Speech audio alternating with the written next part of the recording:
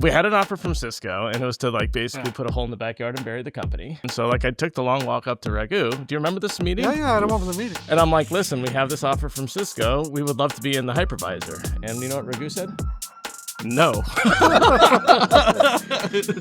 You understood leverage at the time. Yeah, I'm of not course. a super genius, but I'm not that dumb.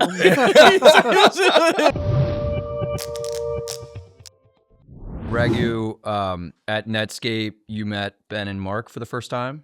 Indeed. So what was that like? And what did you think of them at the time? And how are they now compared to then? Wow, loaded question. It's a good thing. Ben, I don't think you rescind offers, do you? So,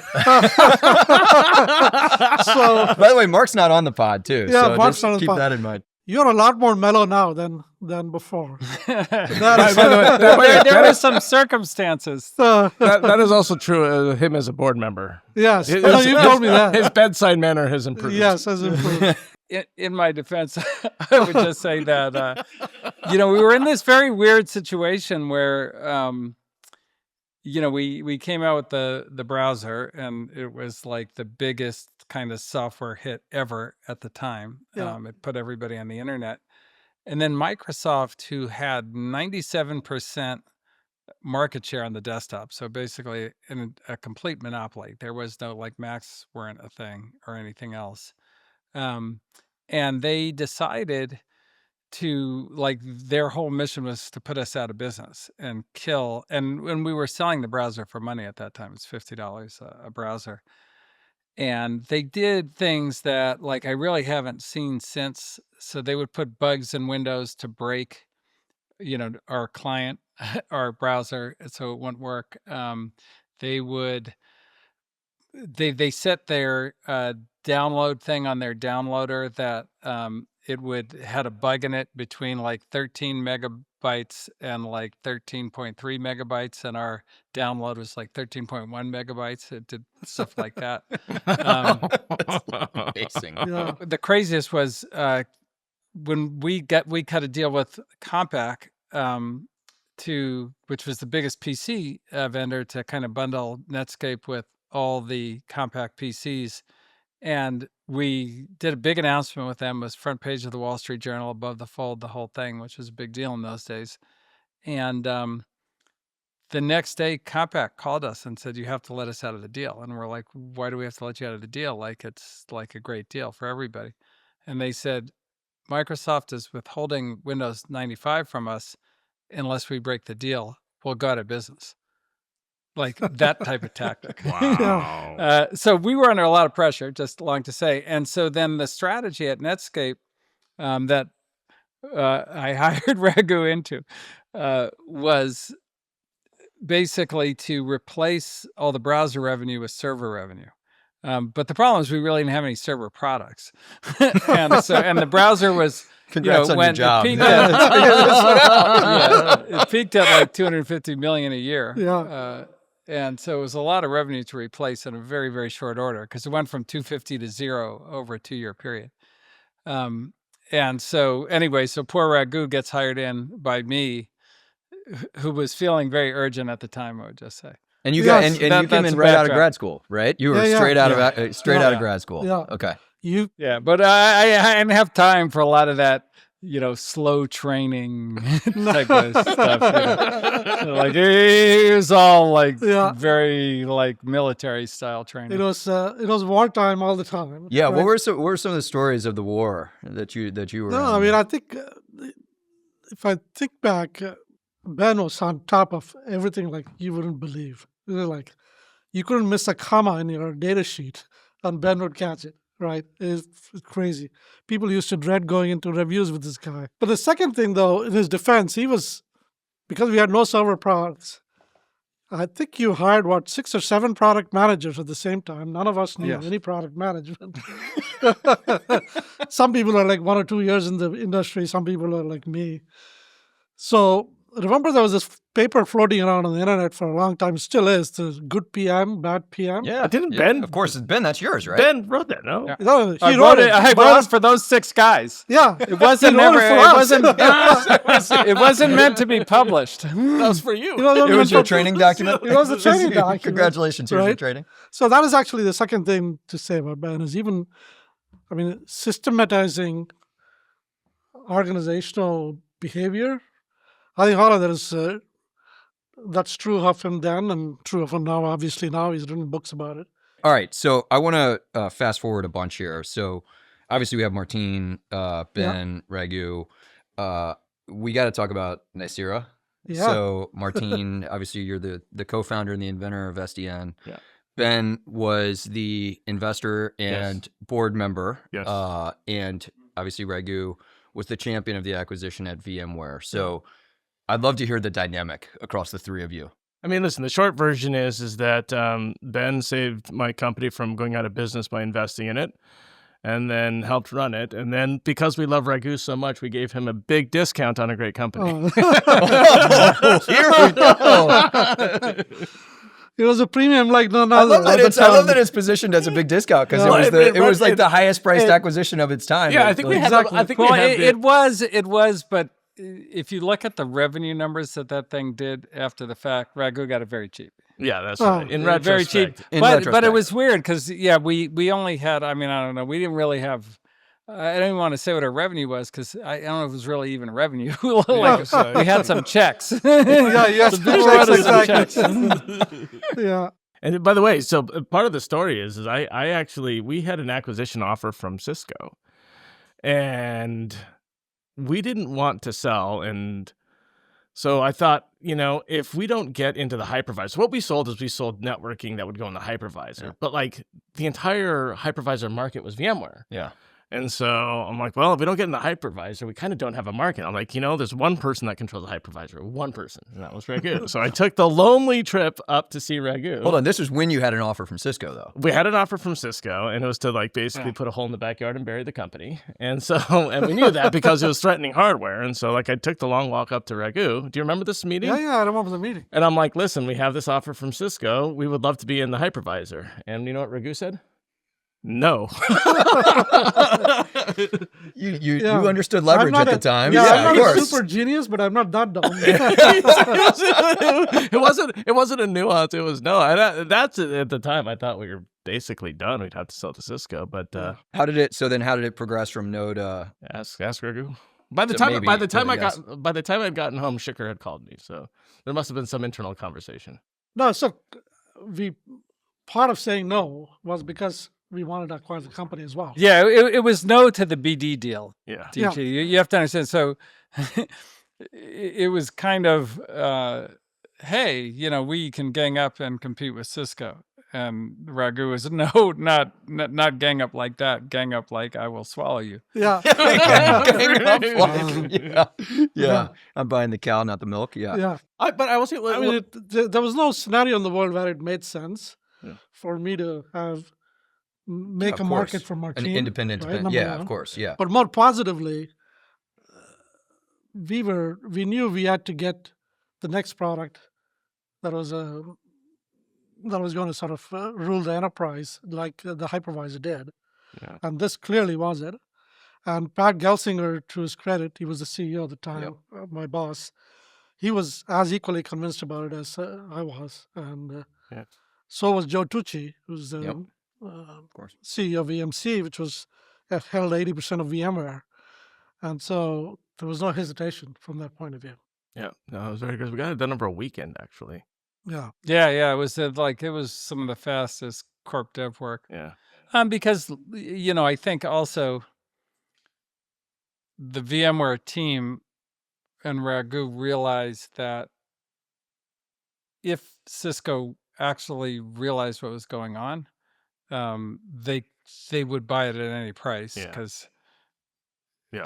it was the only actual threat to Cisco. And speed, I mean, that's a lesson that carries through, Yeah. especially against bigger companies, corp dev and acquisition and so on. Speed matters a lot. Speed matters a lot. Yeah, getting a deal done over the course of the weekend at that size, the highest price paid ever, Yeah. it's very fast. I will say, I mean, Raghu has so many strengths as a leader, which many people know, product, etc. But it's hard to overstate how complex the integration was, because the reality is the VMware had an internal team that was doing work just as good. Like literally, they were just as talented, just as good.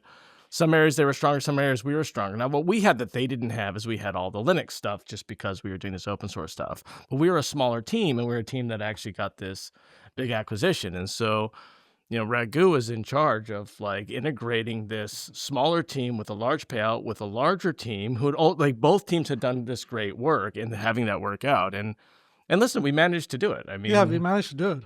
And yeah. So how did you actually do it? I mean, it took a lot of great leadership from the Nicira team as well, right?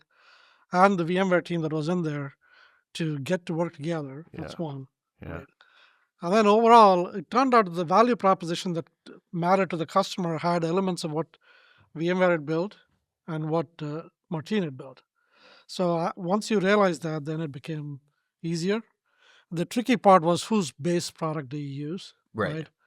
And that was the hardest part of it. But once we solved that, then the rest became possible. I will say, when we were selling, I put in a call to Diane Green, who was the CEO before, and I said, like, okay, I would love some guidance. Like, is there anything you can, point me to? And she said, keep your sales team. That was it. That was kind of the guidance. And I didn't appreciate that until after we landed, which is, and by the way, VMware is phenomenal. Like Raghu and Pat were phenomenal. They kind of allowed us, to do our thing for the first few years, pretty much unencumbered, right? And then over time, you have to integrate kind of more seriously.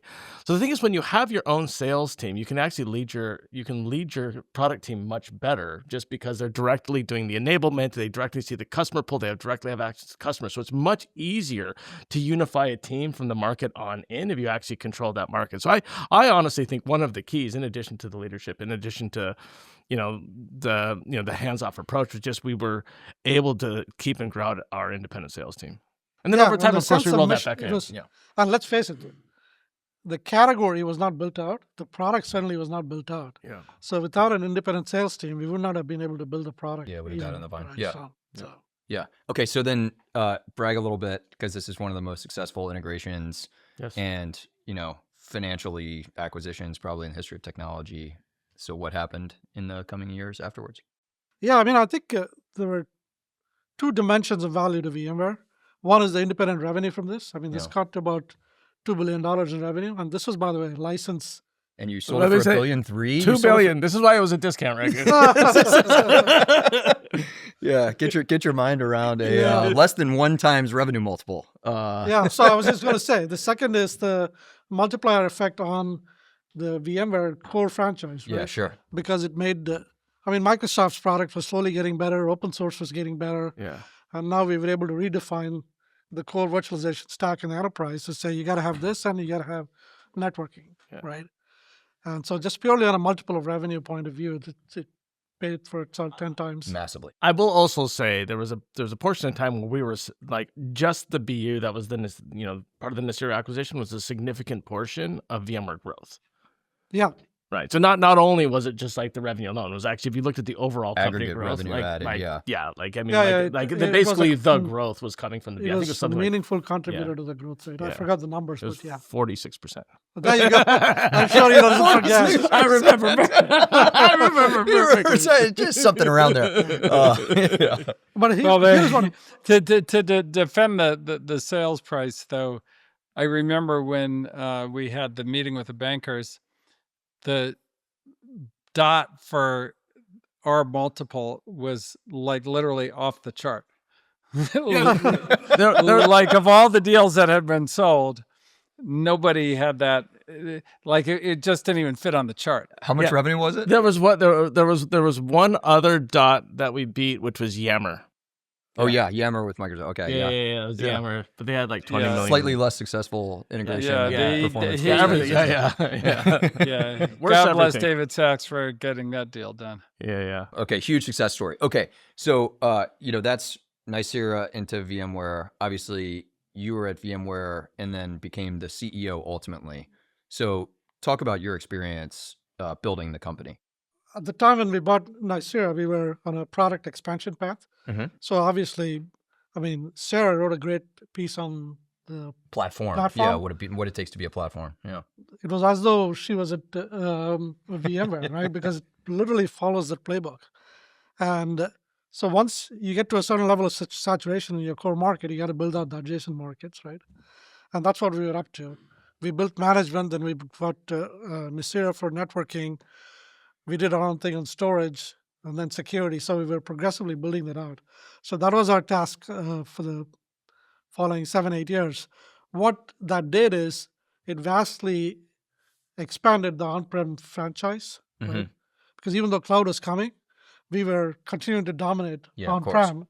And as you well know, in the enterprise, things never go fast. They always take their They time. don't really go away. New They stuff don't comes on, but yes. Yeah, exactly.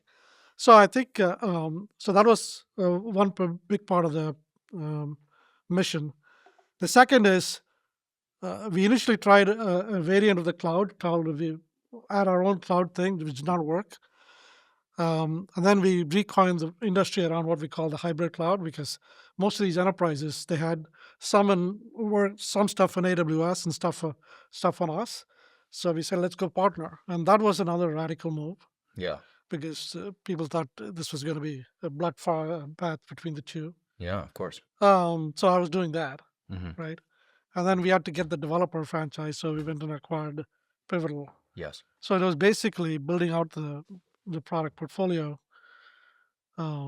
first as a GM for all these data center businesses, and then as a COO. So It's also crazy about it is like the amount of lessons that you saw in infrastructure software successful. Like, under Palmeritz is trying to go to the application stack, which is very tough to like skip parts of the stack. Then you went back to doing adjacencies. You did organic product build out like vSAN, which became billion-dollar product lines. You did inorganic acquisitions, became billion-dollar product lines. So I feel like, like the broad scope of business strategy was embodied at VMware at some point. I think more than any other company. Like you can see it in hardware companies like Cisco, but few other companies had to play that many games. Well, in reality, if you're going to be around for more than 15, 20 years, you got to play all those things. Yeah, that's true. Fair enough. Right? Yeah. Because the market's change on you so fast.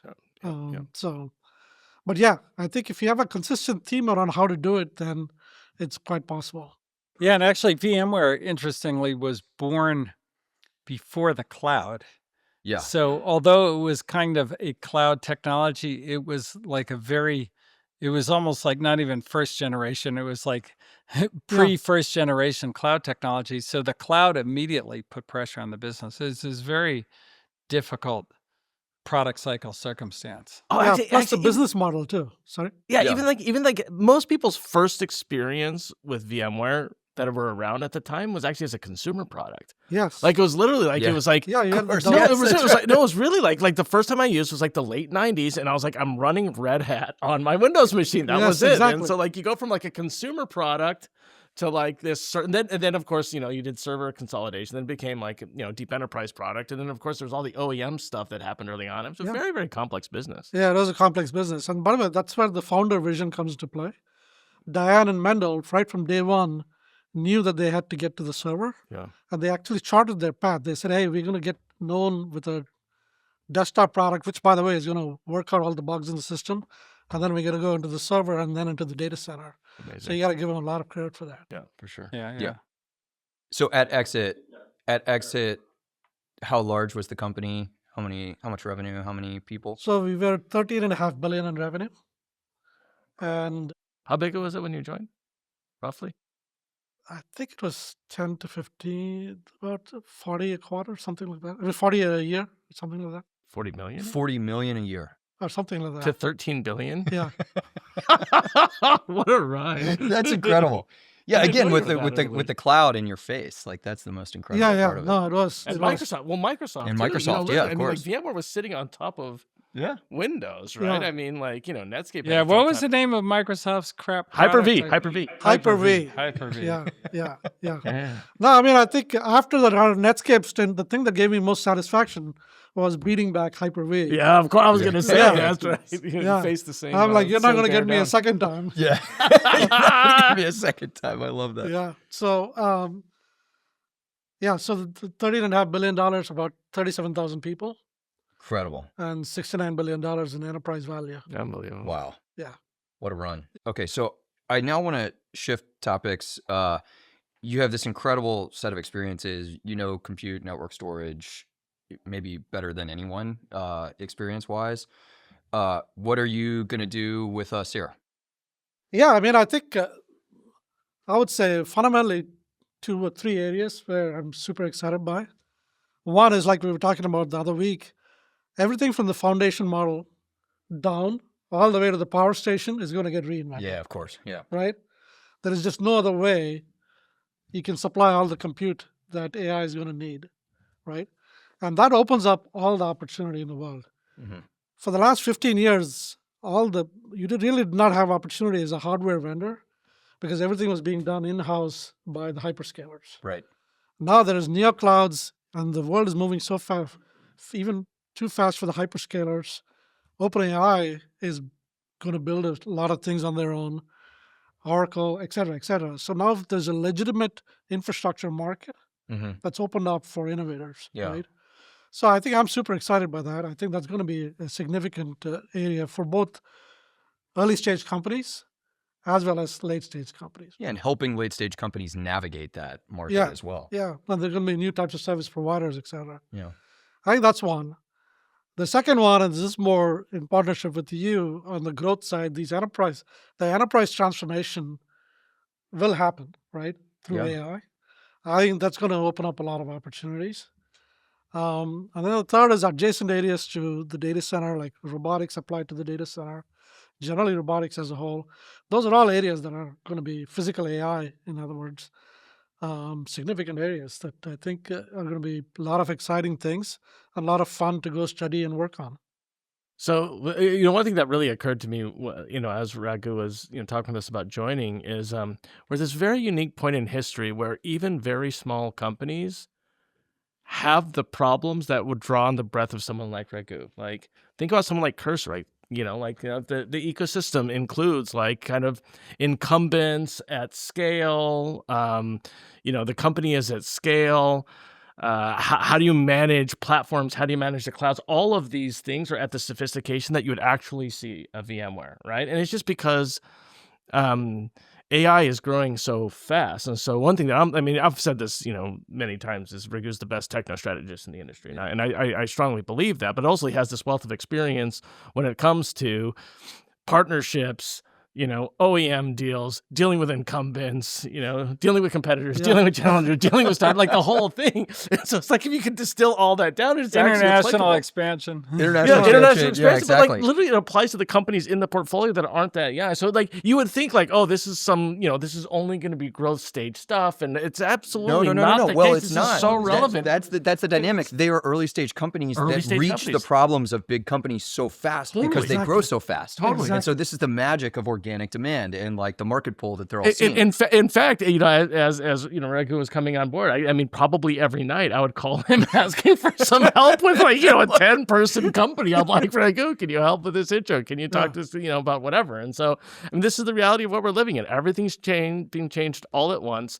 The problems are the problems that you would face as a very serious senior CEO. And so it's great to actually have that kind of experience and talent around the table. Yeah, early stage companies are having large company questions being posed to them. Well, it used to be like year 10 or 15 when you're facing things like how do I be multi-channel, multi-product, international, and now it's like year 1.5. No, the companies see, like you see M&A, like of course, these small they're companies, selling, they're buying. working very well. These very large cloud partners. I mean, we have companies that will like raise money and then broker $100 million GPU deal, right? Yeah. I mean, this happens all the time with tiny like very small companies, and then you're people. relying on these. I mean, all of these things that you have to manage, So yeah. Well, and the thing that's still true is none of the founders, a year into running the company or 2 years in have any of those skills. Right, of course. Yeah. And so it's just such a boost to have somebody to talk to. I mean, it's just, it's transformational because the number of mistakes that you will make right there and blow yourself to bits is just insane. Well, and we have to change too, right? Like the way you build a company is different. The technology stack is different. The type of people you hire are different. And so we also have to be different. And so one of the things that for me is great about having Raghu here is there's a lot to do on that front, to kind of improve on every dimension there. So I need help too. Yeah. Yeah, exactly. It's both the combination of the companies growing really big, really fast and facing big company problems really fast. Yeah. At the same time that companies stay private so much longer now. That's another that's positive, true, yeah, too. yeah. That's a Like great we point, have to yeah. evolve to Yeah. that, Yeah. dynamic as well. And so, Yeah. so one of the areas, Raghu, that you mentioned that you are intrigued by and you have obviously great experience in is robotics. I'd love to hear your state of the world of robotics right now and what gets you excited over the next few years. Yeah, I mean, I started looking into the data center construction and all that, right? And server construction. And you find that, number one, all those industries are highly manual today, believe it or not, right? Yeah. So these AI servers that people are building is like 70% labor or 80% labor, right? Wow. And if you look at I didn't know that. the bazillions of GPUs that have to get turned into usable infrastructure and all the power that's getting converted, the only way that's going to happen is there's going to be a lot of robotics, right? And then you look at that and you say, what are the generalizable elements from a robotic build out of data centers? I think that applies to pretty much the robotic build out of a lot of manufacturing things. I mean, humanoid is obviously the most exciting concept, but the pathways to getting humanoids to work itself is very valuable because of all the ways you can use everything that comes along the way. Yeah. I mean, that's the really interesting thing. And then there is horizontal infrastructure that's needed, right? The data infrastructure that's needed. And if you want to get the right training, you got all these sensors from various different places that has to get synchronized. So there's a lot of new infrastructure that needs to get built. So I think robotics is so verticalized that, it's more defined by the market it goes after than something pure horizontal, Yeah. Yeah, which agreed. is Yeah. which is why I'm very happy Raghu is focused on it, because when it comes to things like, infrastructure creation and servers and data centers, like we can become real experts in that. And he's got a lot of background in that. And I just think, it's kind of funny because, we wrote this piece on like where China is, ahead of the United States. And then a lot of people are like, okay, well, that means you're investing in humanoids. And I'm like, listen, humanoids are very interesting. Maybe somebody at Andreessen Horowitz is investing in humanoids. I know nothing about this, but I do know a lot about like the manufacturing of chips, for example, right? And so I think, listen, we need to take a systemic approach to understanding this market. There's a tremendous amount of opportunity. We're going to do a broad set of research, but, we will definitely focus on the areas that we understand. Yeah, Yeah. absolutely. Yeah, and I think the important point that you're making is there's going to be a ton of productive use cases that happen that lead up to that point where you have humanoids walking around and doing personalized tasks. Yeah. And the history of infrastructure is actually a second order thing Yeah. to the solution. Yeah. First, you come up with some solution and then the infrastructure falls out of it almost. And I think that's what has to happen in robotics too. So Yeah. so you have a vertical solution and then you get the infrastructure. That's right. I mean, I remember we actually invested a lot in the drone wave. If you actually looked at those businesses at the time, and we had experience with a lot of them, like you'd kind of evaluate, at first we'd evaluate it as tech companies, like, oh, this is a drone company, you look at the tech and you look at the team. But then you find like if you're selling into insurance, you kind of have to become an insurance company. And like they're actually buying, like whatever. It's either you're buying it from a human or you're buying it from a drone. And if you're doing construction, you're a construction company. If you're ag, you're an ag company.